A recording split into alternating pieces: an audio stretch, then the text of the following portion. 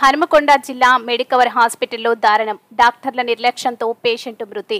కాలుకు ఇన్ఫెక్షన్తో మెడికవర్ ఆసుపత్రిలో జాయిన్ అయిన పర్వతగిరికి చెందిన సుశీల ఒకేసారి 2 సర్జరీలు నిర్వహించిన డాక్టర్లు డిస్కౌంట్ ఇస్తామని చెప్పి 2,10,000 ముందుగానే డబ్బులు వసూలు. వారం రోజుల పాటు రక్తం ఎక్కించి చివరికి మరణించిందని డాక్టర్ల నిర్ధారణ.